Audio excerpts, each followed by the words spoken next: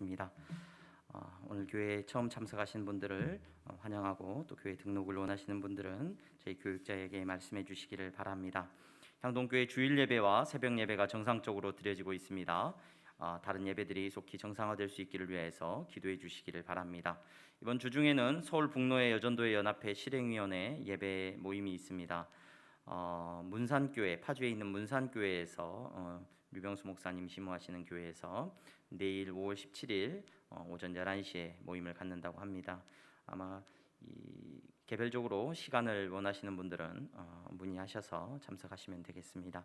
남전도의 연합회도 오늘 오후에 선유중앙교회에서 모여지게 됩니다. 교회 건축을 위해서 여러분 계속해서 기도해 주셔서 감사합니다. 조감도가 이제 새롭게 저쪽 뒷면에 옆에 걸렸습니다. 보시면서 많이 기도해 주시기를 바라고, 아름다운 예배당이 아마 6월 중에는 착공이 될 것 같습니다. 여러분 계속해서 기도로 함께 해주시면 감사하겠습니다. 이 일을 위해서 교회 동산 매매가 잘 진행이 되고 있는데, 교회 동산에 우리가 그동안 교회 뭐 자질구레한 짐들을 그 동산에다가 많이 가져다 놨는데, 이번에 이제 그 동산이 팔리면서 그 동산 위에 있는 짐들을 조금 정리해서 저희 건축 부지에 컨테이너를 어제 토요일 작은 컨테이너를 하나 준비해 놨습니다. 그래서 그곳으로 이사를 조금 하려고 합니다. 주로 의자들을 이렇게 나누고, 또 그동안 여전도에서 가지고 있었던 뭐 식판이나 이런 식기들 몇 개 옮기려고 합니다. 시간이 되시는 분들은 5월 19일 오후 2시에 우리가 함께 이사를 하려고 합니다. 도움이 필요합니다. 여러분들께서 참여해 주시면 감사하겠습니다. 지난주에 우리 정계남 집사님 교회에 등록해 주셨습니다. 그리고 우리 김재선 집사님 오후 예배 때 또 등록해 주셨습니다. 우리 향동교회 등록하신 분들 믿음 안에서, 은혜 안에서 신앙생활 잘 하실 수 있기를 바랍니다. 우리 옆에 분들 보면서 인사 한번 하겠습니다. 잘 나오셨습니다. 잘 나오셨습니다. 네.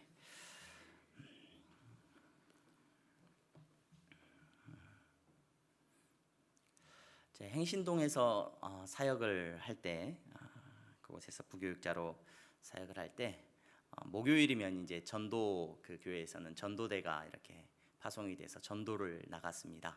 전도를 하다가 이렇게 목사님들하고 부목사님들하고 같이, 목사님들은 부목사님들끼리 같이 이렇게 파송이 이렇게 같이 나가서 전도를 하곤 했는데, 전도를 하다가 이제 중간에 한 번쯤 쉬어가는 곳이 있어요. 쉬어가는 곳이 있었는데, 그 인테리어를 하시는 그 집사님 댁이었어요. 그래서 인테리어 가게인데, 그 인테리어 하는 집사님 댁에 들려서 커피 한 잔 마시고 또 이렇게 전도를 나가곤 했던 기억이 납니다. 근데 그 집사님이 계실 때 이제 그 집사님 가게에서 차를 한 잔 이렇게 얻어 마시고 이렇게 일어나는데, 그곳에 가면 늘 집사님 이야기하시는 그 이야기가 있으세요. 정해진 항상 레퍼토리가 있으셔요. 그 이야기를 들을 때마다 은혜가 되고 참 감사했습니다. 그 집사님이 어떤 얘기를 하셨냐면, 그때 한 나이가 한 50대 이제 초반, 40대 후반, 50대 초반 정도 되셨던 집사님이신데 열심히 삶을 사셨죠. 그런데 이 집사님이 건강검진, 나라에서 해주는 그 건강검진을 그냥 형식적으로 받을 이제 시간이 되어서 행신동에 있는 조그마한 병원에 가셨어요. 작은 병원에 가서 이제 검사를 했는데, 사진을 찍었는데 그냥 다 뭐 정상이고 괜찮았어요.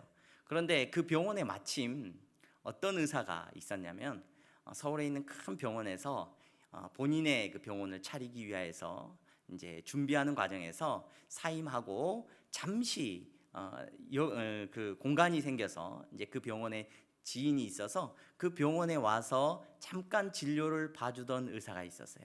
근데 그 의사는 굉장히 실력이 있는 큰 병원의 유명한 의사였어요. 근데 그 의사가 그분의 사진을 본 거예요.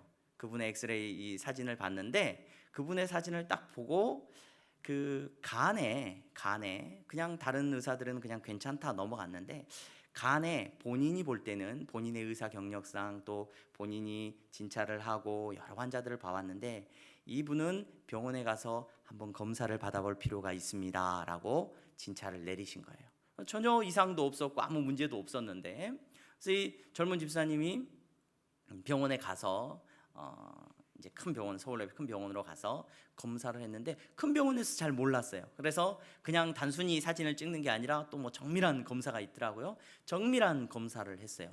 그랬더니 아니나 다를까 간이 뒤쪽에, 간 뒤쪽에 조그만한 뭔가 흔적이 보였어요. 그래서 그 흔적을 가지고 이제 조직 검사를 하고 검사를 했는데 그 검사의 결과가 암이라는 결과가 나왔어요. 그래서 아주 초기에 그분이 암이 발견이 됐어요. 그래서 아주 작다. 수술을 하면 조금만 이렇게 수술을 하고 간을 이렇게 그 부위만 살짝 오려내면 된다 했는데 막상 수술을 딱 하니까 굉장히 간의 3분의 1 이상을 이렇게 잘라내고 수술을 해야 되는 큰 수술을 이분이 하셨어요. 그래도 수술을 할 수가 있어서 회복이 되셨어요. 간의 많은 부분을 이렇게 제거했음에도 불구하고 이 간이라는 게 이렇게 회복하는 능력이 굉장히 좋다고 해요. 그래서 초기에 발견만 되면 이렇게 수술을 하고 회복을 할 수가 있다라고 합니다. 근데 발견이 잘 안 된대요. 근데 그분은 우연찮게 그 병원에 들려갔던 그 의사가 보고 진단을 내리고 그렇게 해서 본인이 회복이 되셨어요. 그래서 회복을 하시고 하루하루 사는 게 늘 기뻐요. 하루하루 사는 게. 하루하루 만나는 사람마다 그 이야기밖에 안 해요. 그 이야기 하시고 자기의 삶에 있어서 자기 인생은 덤으로 사는 인생이에요. 너무 하나님 앞에 감사하고 늘 기쁘심.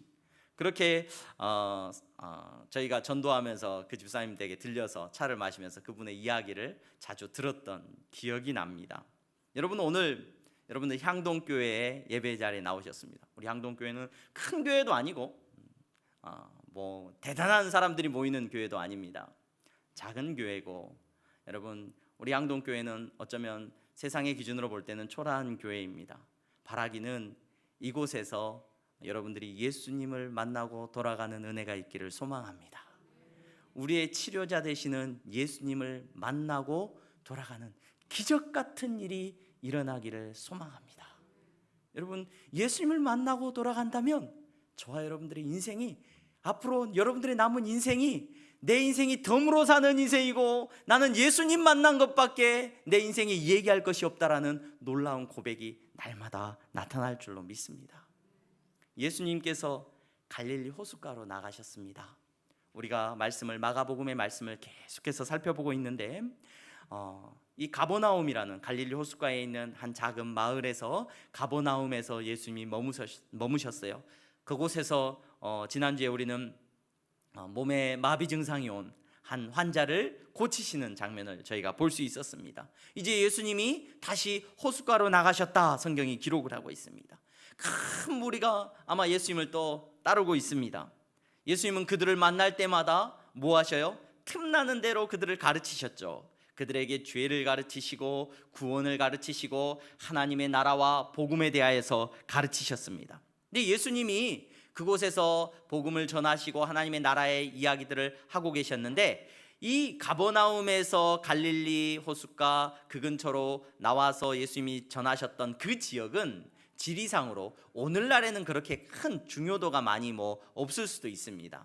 그런데 오늘날은 오히려 관광지로 더 유명하죠. 근데 그 당시만 해도 이 지역은 교통상의 굉장히 중요한 지역 가운데 한 지역이었다라고 알려져 있어요. 많은 사람들이 남쪽에서 북쪽으로, 북쪽에서 남쪽으로 이동할 때 또는 동쪽과 서쪽에서 서로 이동할 때, 바닷가에서 내륙으로 이동할 때 꼭 거쳐야 되는 중요한 통로가 바로 이 갈릴리 호숫가를 중심으로 이어져 있었던 도로가였다라고 이야기를 합니다. 그곳에서 예수님이 한 사람을 만나는 이야기가 오늘 본문 가운데 기록되어 있습니다. 여러분 수없이 많은 사람이 등장을 해요. 수없이 수백 명의 수천 명의 사람들이 예수님을 만나고 또 예수님과 정말로 몸발치해서 예수님을 부르고 또 예수님을 찬양하고 노래하기도 했을 것이고 수없이 많은 사람이 등장을 합니다. 그런데 오늘 성경에는 한 사람의 이야기가 기록되고 있어요. 한 사람의. 오늘 오늘 대한민국에서 예배드리는 수없이 많은 사람이 있을 겁니다. 수백, 수천, 수만의 사람들이 오늘 예배의 자리에 나와서 예배드릴 겁니다. 여러분들은 그 예배드리는 수없이 많은 사람들 가운데 한 사람이 되어서는 안 됩니다. 오늘 내가 오늘 예수님이 수백의 수천의 사람들 가운데서 한 사람의 이야기를 오늘 우리에게 들려주고 계시는데, 저와 여러분들의 이야기가 한 사람의 이야기로 하나님 앞에서 고백되어지고 기록되어지는 은혜가 있기를 바랍니다. 무리로 우리는 나아갈 필요가 없고 의미도 없습니다. 그냥 수없이 많은 사람들 가운데 한 사람으로 우리가 묻혀서 예배드리는 것이 아니라, 하나님은 여러분 한 사람을 바라보시고 지금 예배드리는 여러분들을 보시고 영광 받으시기를 기뻐하시는 줄로 믿습니다. 여러분, 100명 1000명이 은혜 받았고 100명 10,000명이 예배를 드렸다, 무슨 의미가 있어요? 내가 은혜 받지 않고 내가 예배하지 않았다면 아무 의미 없습니다. 여러분, 한국의 교회가 문제다, 전 세계적으로 신앙의 문제다, 그리스도인들이 문제다, 한국의 그리스도인들이 문제다, 여러분 의미 없는 말이에요. 내가 어떻게 신앙생활하고 있는지를 보셔야 돼요. 여러분, 모든 사람이 다 주님을 떠났다고 할지라도 내가 하나님 앞에서 예수 그리스도를 붙잡고 바르게 예배드리고 있다면 문제될 거 없습니다. 여러분, 다른 사람들이 믿음이 뜨거워지고 부흥운동이 일어나고 대한민국의 수천의 수만의 사람들이 하나님 앞에 회개하는 역사가 일어나고 막 사람들이 몰려오고 교회가 커가고, 내가 하나님 앞에서 감동이 없고 내가 하나님 앞에서 회개하지 않고 내 마음 가운데 부흥의 역사가 일어나지 않으면 아무 의미 없습니다. 바라기는 오늘 향동교회에 나오신 여러분들 한 사람 한 사람 내가 하나님 앞에 진실함으로 예배하는 은혜가 있기를 주님의 이름으로 축원합니다. 여러분, 예수님은 한 사람을 만나셨어요. 오늘 한 사람을, 그 한 사람의 이야기가 기록되어 있습니다. 어떤 사람을 만나셨느냐? 본문에 보니까 알페오의 아들 레위다, 이렇게 기록이 되어 있습니다. 알페오의 아들 레위라는 인물을 예수님이 만나셨어요.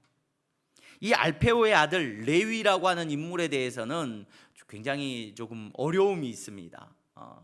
이 알페오의 아들 레위라고 하는 사람이 오늘 직업이 오늘 마가복음에 기록되어 있는 우리가 본문을 통해서 알 수 있듯이 이 세리라는 직업을 가지고 있어요. 그러다 보니까 이 세리라고 하는 직업을 가진 사람 가운데 예수님에게 부름받은 사람이 누가 있냐면은 바로 우리가 잘 알고 있듯이 마태복음과 누가복음에서는 누구라고 기록이 되어 있냐면 마태라고 기록이 되어 있어요. 그래서 쉽게 우리가 이해할 수 있는 방법은 이 마태라는 인물하고 레위라고 하는 인물하고 동일 인물로 여러분들이 생각하셔도 무관할 것 같습니다.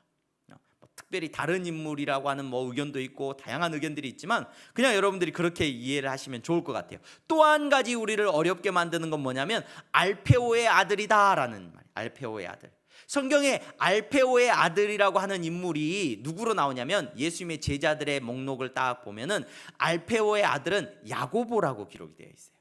그리고 야고보와 함께 알페오의 아들 야고보와 유다, 이렇게 기록이 되어 있거든요. 근데 알페오의 아들 야고보라고 하는 인물의 아들이 유다라고 알려져 있어요. 그러니까 알페오의 아들 야고보하고 유다가 있는데, 오늘 이 마태와 레위라고, 마태 곧 레위라고 불리우는 이 인물도 알페오의 아들이래요.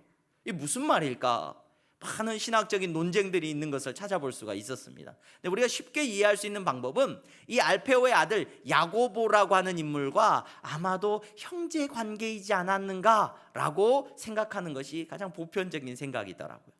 여러분, 레위라고 하는 인물, 오늘 우리가 본문 마가복음을 통해서 살펴보겠니, 이 레위라고 하는 인물을 마태라고 하는 인물과 동일한 인물로 여러분들이 이해하셔도 되고, 이 사람은 알페오의 아들인데 아마도 야고보와 형제 관계이지 않는가라고 생각을 해볼 수가 있습니다. 여러분, 어찌하든지 이 사람이 하는 일이 뭐였냐, 이 사람을 지금 수식해주는 표현이 있는데, 이 사람을 예수님이 어디서 보셨느냐? 세관에 앉아있는 그를 보셨어요. 세관에 앉아있는. 제가 이 지역이 도로상으로 교통상으로 굉장히 중요한 지역이었습니다 라고 말씀을 드렸어요. 그 당시에 교통상의 요충지였던 이 지역에는 어김없이 뭐가 자리 잡고 있었냐면 세관이 자리 잡고 있어요. 세관은 뭐 하는 곳입니까? 통행세나 또는 물건을 수입하고 들여오고 하는 사람들이 거쳐서 나라에 세금을 내야 하는 장소가 이 세관이라고 하는 장소였습니다. 오늘 성경에 보면은 세리라고 불리우는 인물, 이 마태라고 하는 인물과 이 레위라고 하는 인물, 이 인물이 등장을 하는데, 이 당시의 세리들, 세금을 받는 사람들의 종류가 두 종류가 있었다고 해요.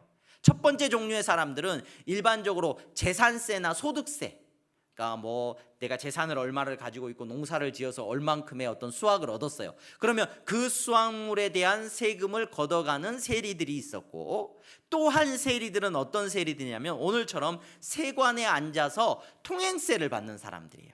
도로의 통행세와 또는 뭐 물건을 사고 파는 사람들이 물건을 많이 가지고 오면 오늘처럼 관세를 부여하는 거죠. 그런 세금을 받는 사람들을 두 종류의 세리들이 있었다라고 이야기를 하는데, 오늘 이 레위라고 하는 이 인물은 두 번째 종류의 통행세나 또는 어떤 관세 등을 받는 그런 세리의 직무를 감당했던 사람이라고 많은 사람들이 이야기를 합니다. 어떤 사람이 더 유대인들에게 미움을 받았을까?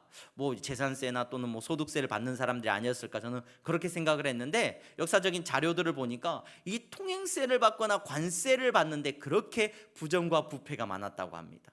이 사람들이 굉장히 악랄했다고 해요. 이 사람들이 굉장히 동료애들에게 욕을 많이 먹는 그런 지위이고 그런 어떤 위치였다라고 이야기를 하는 것을 볼 수가 있었습니다. 여러분, 그런데 예수님이 지금 그 세관에 앉아 있는 레위를 보시고 뭐라고 말씀하셨어요? 성경에는 단순하게 나를 따르라 이렇게 말씀을 하셔요. 그리고 그 레위가 그 음성을 듣자 예수님을 따라갑니다. 여러분, 본문에서 저와 여러분들이 이 본문을 보면서 그래, 예수님이 부르실 때 네 하고 따라가는 그 믿음, 대단한 믿음, 여러분 그 믿음에 대해서 저는 오늘 얘기하려고 하지는 않습니다. 왜냐하면 제가 이 본문을 묵상하면서 그 당시의 분위기를 한번 보셔요. 그 사람은 세관에 한 귀퉁이에 앉아서 돈을 받는 일을 하고 있는 사람이에요. 예수님이 지금 어떤 사람이에요? 예수님이 지금 어떤 분이셔요? 예수님 주변에 수없이 많은 사람들이 몰려오고 있습니다. 엄청난 사람들이 몰려 있습니다. 대단한 사람입니다. 병을 고치게 하는 능력. 지금 이 사람들은 예수님이 나중에 십자가를 지시게 될 것이고 어떤 사역을 하게 되는지 잘 몰라요. 지금 예수님의 모습 가운데 드러나는 모습은 대단한 영광을 보여주고 있는 모습이에요. 이런 영광을 보여주고 있기 때문에 예수님은 또 특별히 제자들을 받는데요. 제자들을 받는데 막 누가 찾아와가지고 제가 제자가 되겠습니다 하는 사람들 함부로 예수님 받아요, 안 받아요? 안 받아요. 예수님이 제자를 세우시는 그 과정을 보면 예수님이 딱 찍어가지고 부르신단 말이에요. 너 나 따라와 이렇게 부르신단 말이에요. 대단한 영광을 받는 거예요. 예수님이 너 나 따라와 이렇게 불러주는 사람이라고 한다면 그 사회에서 또는 그들이 지금 모여있는 사람, 수없이 많은 사람들 가운데 수천 수반의 수백의 사람들이 있는데 그 가운데 너 나 따라와 예수님이 이렇게 불러주시는 대단한 영광이죠. 여러분, 이 레위라고 하는 사람의 믿음은 우리가 나중에 한번 생각을 해보고요. 오늘 예수님이 왜 레위라고 하는 사람을 부르고 있는지, 지금 예수님이 부르고 있는 그 예수님의 모습을 저와 여러분들이 조금 더 집중해서 바라보기를 바랍니다. 제가 좀 불경하게, 여러분들이 좀 불경하다 이렇게 여길지도 모르겠는데, 예수님은 참, 제가 종종 말씀을 드립니다만 사람 보는 눈이 있으세요, 없으세요? 예수님은 참 사람 보는 눈이 별로 없으시는 것 같아요. 하고 많은 사람들 중에 왜 하필이면 그 레위를 부르시는 겁니까?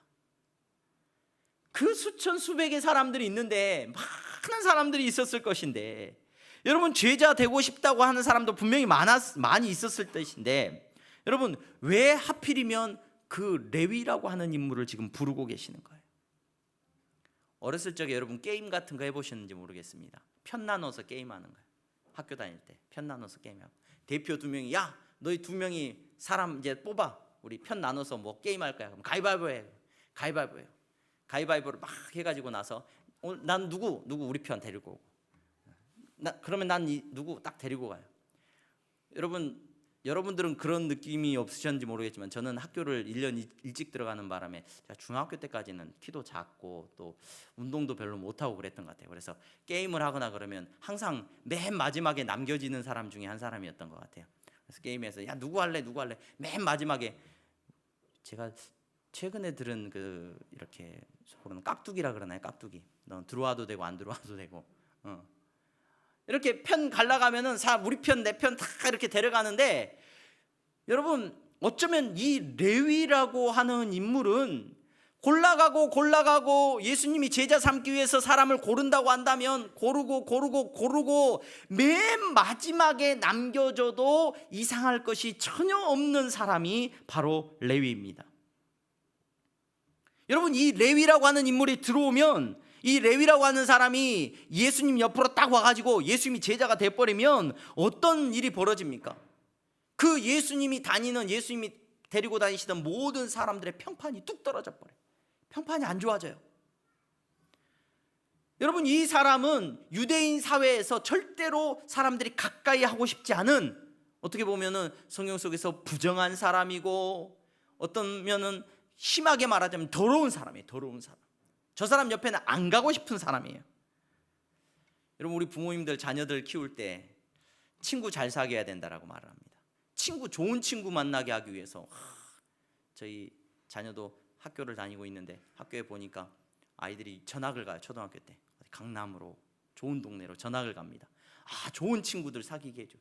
동네가 좋은 동네에서 살아야 된다고 해서, 혹시나 좀 문제가 있거나 좀 사람들한테 조금 안 좋은 소리 듣는 친구를 사귄다고 한다면 부모님들이 나서서 말릴 거예요. 언젠가 뉴스를 보니까 동네에 장애인 학교가 들어선다고 엄마들이 반대 시위를 하는 걸 봤어요. 그 동네에 장애인 아이들이 학교를 다니면 우리 아이들한테 안 좋은 영향을 끼친다면 집값도 떨어지고. 왜요? 주변에 그런 사람이 오는 것만으로도 싫다 이거예요, 사람들은.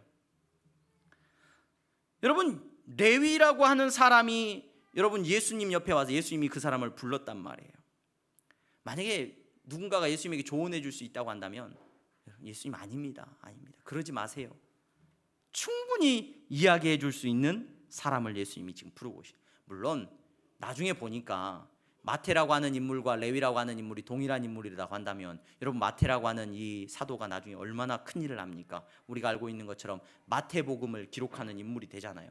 이런 엄청난 일을 할 그런 인물이니까, 그래, 예수님이 부르셨는가 보다, 그 레위를 특별히 예수님이 장래를 보고 부르셨나 보다, 이렇게 생각할 수 있을지 모르겠습니다. 그렇다면 만약에 그렇게 예수님께서 레위를 부르셨다고 한다면 이렇게 말해 주셔야 돼. 이제 레위한테, 그래 레위야, 너는 그동안 이제 세리로 살았으니까 세리로서의 삶을 잘 정리하고, 이제 죄인으로서의 삶을 잘 정리하고, 너 이제 더 이상 그런 일 하지 말고 이제 우리랑 다닐 거니까 과거는 끊어버리고 이제 새 사람이 돼서 우리랑 잘 살자, 이렇게 말을 하시는 것이 당연한 것 같아요. 그런데 오늘 우리가 읽은 본문에 보니까 예수님은 그렇게도 말씀을 안 하셔요. 이 레위의 집에 가서 식사를 하시는데 여러분, 친구를 보면 친구를 알죠? 식사 자리에 누구만 잔뜩 모인 거예요. 레위 한 사람도 감당이 안 되는데 세리 친구 누구? 세리 친구 세리. 온통 세리들만 잔뜩 모여들어가지고 예수님하고 식사를 하고 계는데 세리들이 다 밥을 먹어요. 그 당시에 식사하는 모습은요, 여러분, 성경에 앉아서 오늘날처럼 식탁에 앉아서 먹는 게 아니라, 적당히 거리를 두고 먹는 게 아니라, 그 당시에 식탁의 문화는 약간 반쯤 누워서 밥을 먹습니다. 식탁이 있으면 반쯤 누워가지고 기대고 밥을 먹어요. 식사를 한다는 것은 굉장히 친밀함의 상징이에요. 그런데 그 세리 옆에 레위 한 사람을 내가 받아줄게, 이게 아니라 세리 옆에 세리, 세리 옆에 세리. 예수님 주위에, 제자들 주위에 다 세리. 좋아요, 세리까지는 또 괜찮다고 칩시다. 그런데 성경에 뭐라고 기록이 되어 있냐면, 세리는 그렇다 치는데 죄인. 아예 툭 까놓고 이제 말을 하는데, 온통 누구들만 모여 있다고요? 세리와 죄인들이 모여 있다는 겁니다. 물론 여기에 기록되어 있는 죄인들은 강도나 살인이나 이런 잘못을, 법적인 잘못을 크게 저지른 사람은 아니었을 것이라고 생각이 돼요. 율법적인, 종교적으로 따지는 율법적인 죄인들의 무리였어요. 직업상에 또는 어떤 자기들의 신분상에, 어떤 유대 사회에서 죄인으로 취급되는 사람들, 그런 사람들이 아마 오늘 예수님과 함께 그 식탁에 앉아서 식사를 하고 있는 겁니다. 여러분, 좀 더 쉽게 이해를 하자면, 오늘날 사회에서 예수님이 제자들을 부르시는데 요즘은 누가 죄인이냐? 가만히 생각해 보니까 돈이 없으면 죄인 같아요. 쉽게 그렇게들 많이 얘기들을 합니다. 한 강도가 막 이렇게 외쳤던 것처럼 유전무죄고 무전유죄고 하는 세상, 우리가 부인할 수 없는 세상이지 않습니까? 예수님이 제자들을 부르시려면 조금 실력도 있고 배우고 좀 재산도 있는 그런 사람들을 좀 부르셨으면 좋겠는데, 하필이면 예수님은 가난하고 사회에서 소외당하고 힘도 없고 능력도 없는 사람을 부르셔가지고 예수님이 데리고 다닌다라고 한다면 여러분 조금 더 느낌이 오실지 모르겠습니다. 여러분, 예수님의 그 안타까운 모습을 보고요, 오늘 우리가 읽은 본문에는 바리새인이자 서기관, 이 두 단어를 쓰는 게 굉장히 독특한 표현인데, 이 마가가 바리새인의 서기관이 딱 등장을 해요. 이 바리새인의 서기관은 그 이름부터가 여러분 풍기는 느낌이 다릅니다. 바리새인은 어떤 사람들이냐면 분리주의자들이에요. 분리주의자들. 너희들은 우리하고 절대 같이 할 수 없어, 우리는 거룩함으로 똘똘 뭉친 사람들이야 라고 말하는 사람들이 바리새파예요. 바리새파. 근데 이 바리새파 중에서도 서기관이에요. 서기관은 어떤 사람이냐? 하나님의 율법에 정통한 사람들이에요. 바리새인 중에서도 서기관이었던 사람이 예수님에게 안타까워서 아마 조언을 하는 것 같아요. 책망을 하고 있는지 걱정 어린 조언을 하고 있는 겁니다. 뭐라고 말을 합니까? 아유, 예수님, 제자들한테 한마디 하는, 아니 어떻게 저렇게 세리하고 죄인들하고 식사를 하십니까? 제자를 부르시려면, 아니 우리 같은 사람들을 부르셔도 우리가 뭐 갈지 안 갈지 모르겠지만 우리 같은 사람들을 부르시든지 아니면 뭐 다른 사람을 부르시든지, 하필이면 세리와 죄인들하고 식사를 저렇게 하고 있습니까? 바리새인이자 서기관인 이 사람은, 저는 오늘 본문을 보면서 이 사람은 안타까웠을 것 같아요. 예수님 옆에 따라다니면서 예수님을 보고 있는데 예수님을 보니까 하는 행동이 아닌 거예요. 아닌 거예요. 여러분, 예수님이 그 조언을 듣고 그 사람의 걱정 어린 말을 들었는지 모르겠어요. 뭐라고 말씀하십니까? 오늘 우리가 읽은 본문에 너무나도 유명한 본문입니다. 건강한 자에게는 의사가 쓸데없고 병든 자에게라야 쓸데있느니라. 나는 의인을 부르러 온 것이 아니요 죄인을 부르러 왔노라 하시니라. 아멘. 여러분, 이 말씀 속에서 저와 여러분들이 예수님을 만나고 우리를 만나는 놀라운 은혜를 누릴 수 있기를 소망합니다. 여러분, 먼저 우리는 이 말씀 속에서 예수님이 누군지 정확하게 알아야 됩니다. 바리새인들이 하는 말 틀린 말 아닙니다. 맞습니다. 성경에는 죄인들하고 가까이 하라 그랬어요? 멀리 하라 그랬어요? 죄인들하고 멀리 하라 그랬습니다. 그 말씀 지켜야 되지 않습니까? 맞습니다. 우리는 그래요. 우리는 여러분, 욕하는 사람, 원망하고 불평하는 사람, 그 사람 옆에 가면 여러분 어떻게 됩니까? 저와 여러분들도 똑같이 그런 원망과 불평이 감염되고 전염되는 걸, 여러분 그래서 여러분 원망하고 불평하는 사람 옆에 가지 마세요.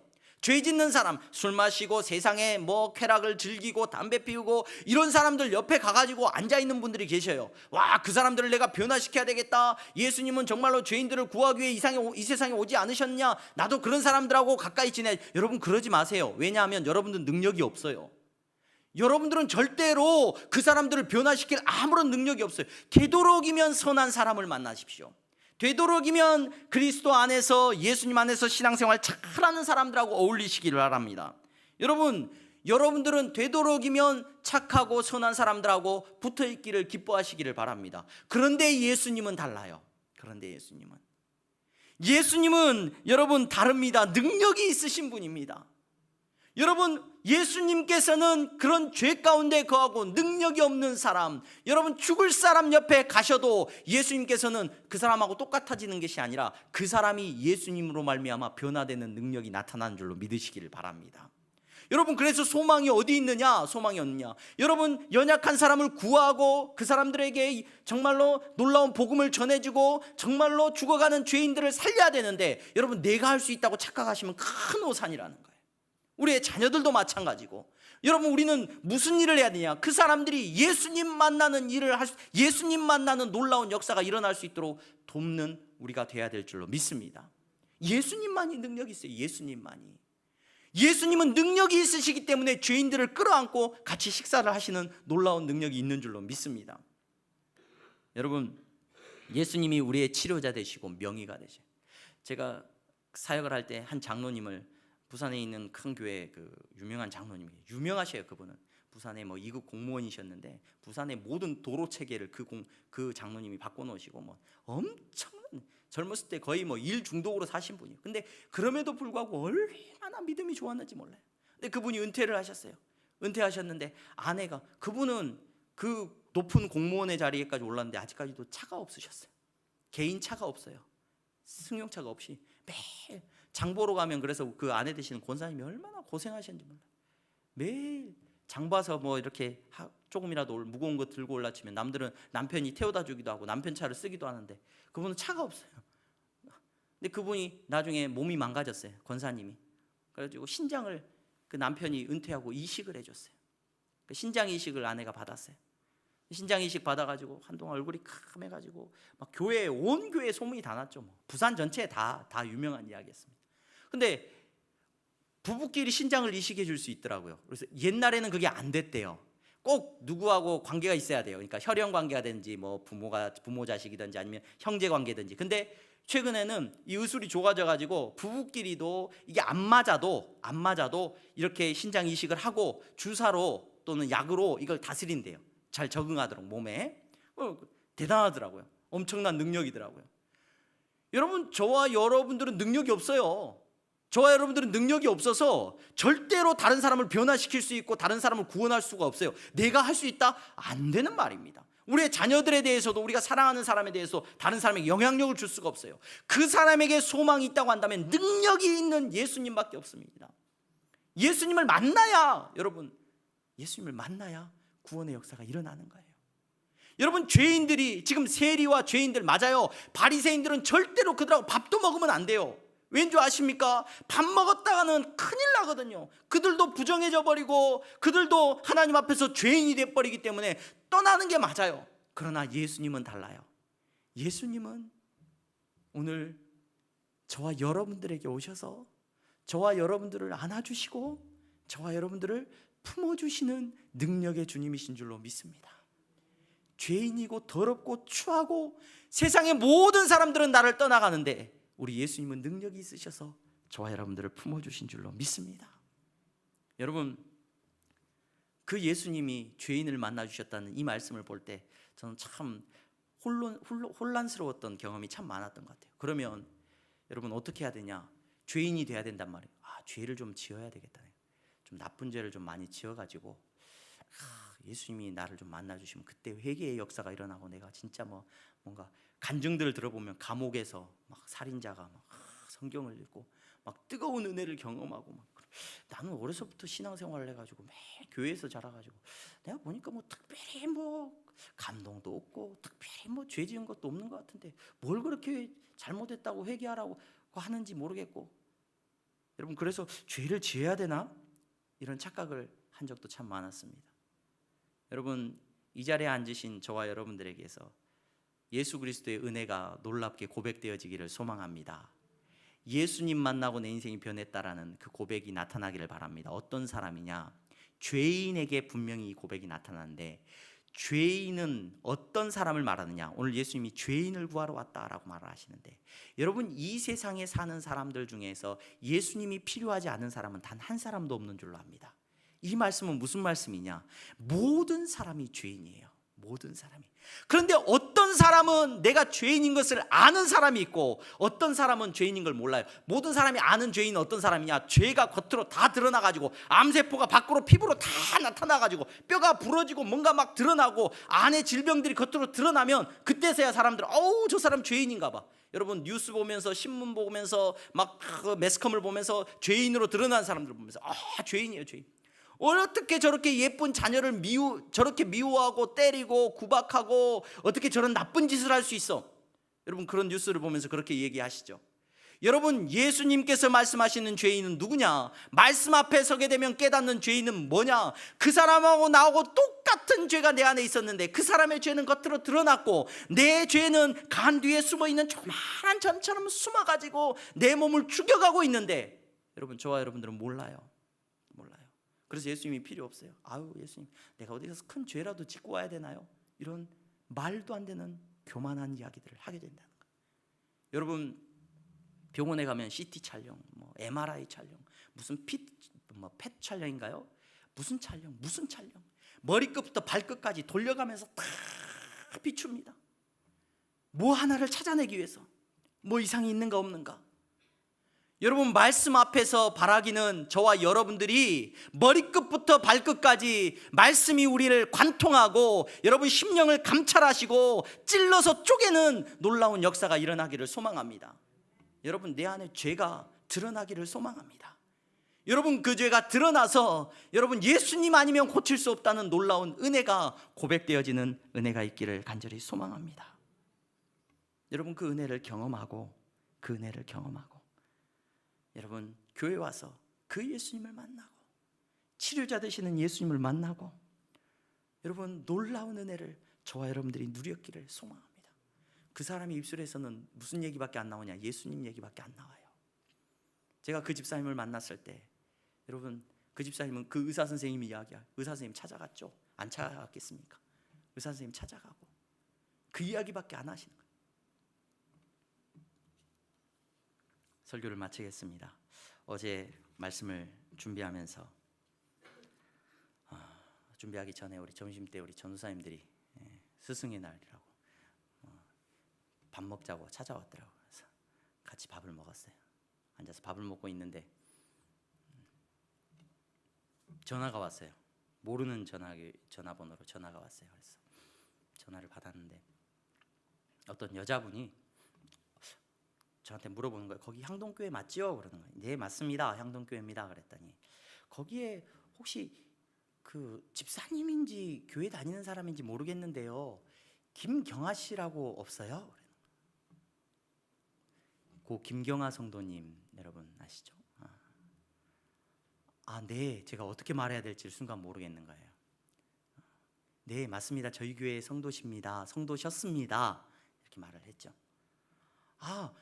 거기 다녀요? 그러는 거예요. 네, 다니셨습니다. 이렇게 말을 했어요. 그랬더니 제가 그분하고 이 향동에 와서 만나가지고 이렇게 자녀들끼리 친분이 있었나 봐요. 자녀들 그 김수영 우리 성도님 애가 김지민이라고 있어요. 지민이하고 아마 친구였는데 친구 엄마인가 봐요. 근데 만났는데 그 친구 엄마가 그 김경아 성도를 연락을 하고 싶은데 연락이 안 된다고.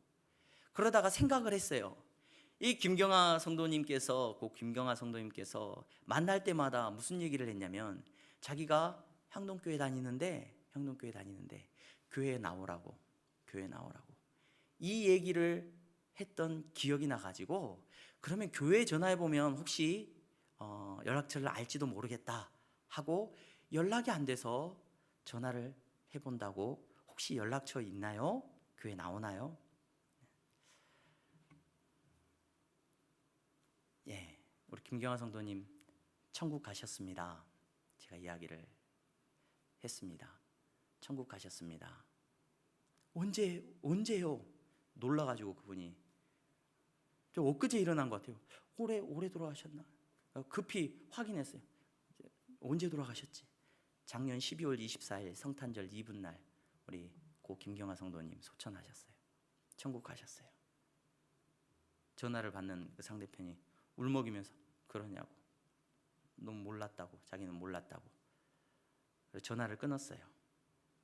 그리고 설교를 준비하기 위해서 앉았는데 참 목이 메이고 눈물이 참 많이 났습니다.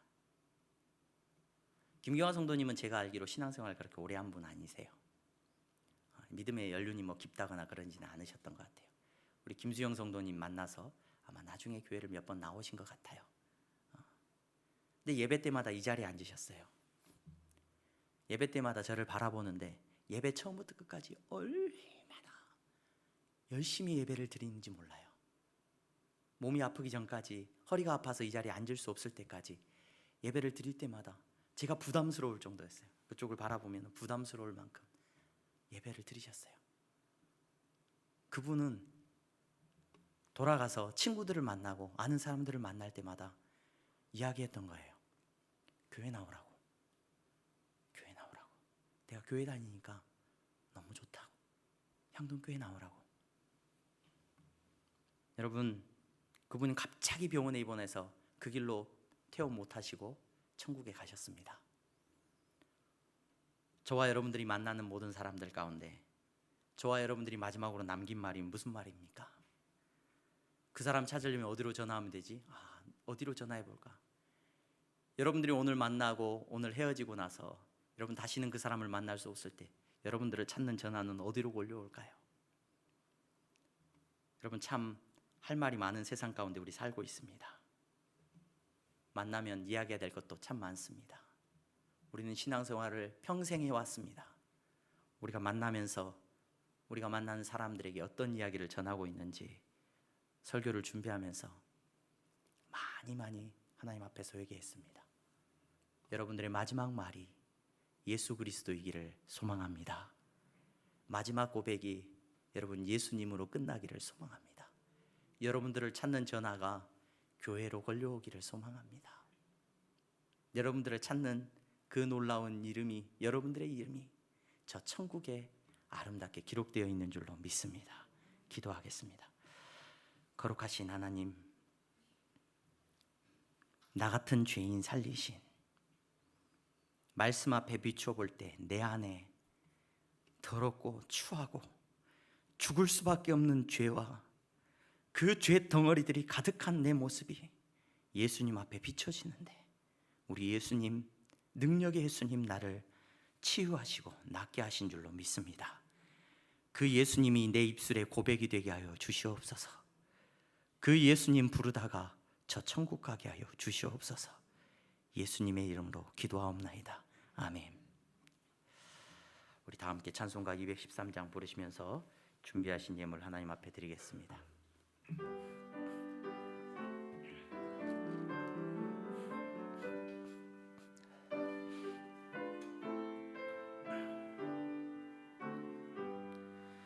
나의 생명 드리니 주여 받아 주셔서 세상 살아갈 동안 찬송하게 하소서. 아멘. 하나님 감사합니다. 사랑하는 성도들, 이 시간 예수님 앞에 나와 예배하고 예수님 말씀 앞에서 우리 자신을 살펴보고 하나님 그 은혜 안에서 예배드리게 하시니 주님 감사합니다. 주님이 예배를 받으시는 줄로 믿습니다. 하나님, 예배를 드리면서 우리가 정해진 시간에 따라 순서에 따라 물질을 하나님 앞에 구별하여 드렸습니다. 하나님, 믿음의 고백이 되게 하시니 감사합니다. 11조를 통하여서 감사헌금을 통하여서 하나님 저들의 믿음이 아름답게 고백되게 하시니 감사합니다. 믿음대로 주여 사용하시고 축복하여 주시옵소서. 선교의 예물을 드립니다. 땅끝까지 그리스도의 사랑을, 하나님 내가 만난 예수 그리스도를 소망 없는 저들에게 전하게 하시고 우리 향동교회가 그 사명 감당케 하여 주시옵소서. 우리의 다음 세대가 예수님 만나서 예수 그리스도로 말미암아 소망을 얻는 세대가 되게 하여 주시옵소서. 우리의 장학헌금이 그렇게 쓰여지기를 원합니다. 건축헌금을 드립니다. 아름다운 예배당이 세워지기를 원합니다. 그곳에서 만민이 기도하게 하시고 죽어가는 성도들이 살아나는 역사가 일어나게 하여 주시옵소서. 드려진 모든 예물마다 주님이 흠양하시고 드릴 것 없고 주님 앞에 적게 드려서 마음 아파하는 성도들이 있다면 하나님 크다 말씀하여 주시고 그 믿음을 주여 축복하여 주시옵소서. 예수 그리스도의 이름으로 기도하옵나이다. 아멘. 우리 다 함께 일어나서 주기도문 찬양하시고 예배를 마치겠습니다.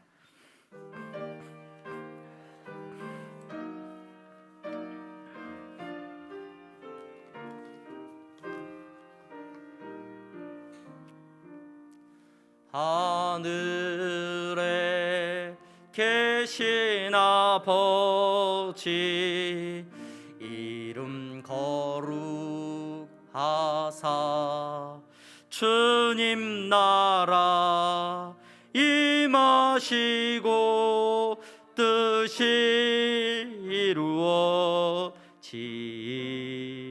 이루어지이다. 일용할 양식 주시고 우리들의 큰 죄 다 용서하옵시고 또 시험에 들게 마시고 악에서 구원하소서. 대개 주의 나라 주의 권세 주의 영광 영원히 아멘.